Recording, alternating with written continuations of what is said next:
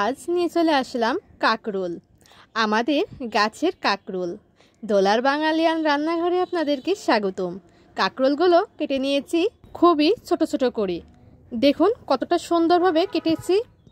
এখন কাকরোলটা ভাজি করব, তার জন্য নিয়ে নিয়েছি আলু কুচি, পেঁয়াজ আর কাঁচামরিচ। এদিকে নিয়ে নিয়েছি কড়াইতে তেল এবং কাঁচামরিচটা দিয়ে দিলাম। নিয়ে নিলাম কাকরোল।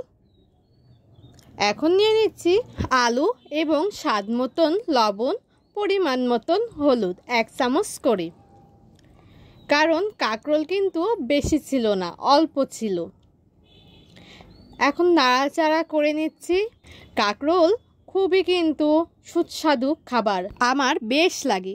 এখন সিদ্ধ করার জন্য 5 মিনিটের জন্য ঢাকনা দিয়ে ঢেকে দিয়েছিলাম।